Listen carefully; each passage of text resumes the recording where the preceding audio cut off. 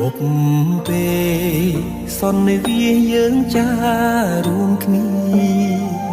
បងនឹងពុំងីបានស្គាល់គ្នាជានិស័យរងចាំសែនយូរគូព្រេងនៅក្នុងក្តីស្រមៃបេះដូងគួចស្នេហ៍ចរណៃគឺជានិស័យបពេបានចាភក្ត្រា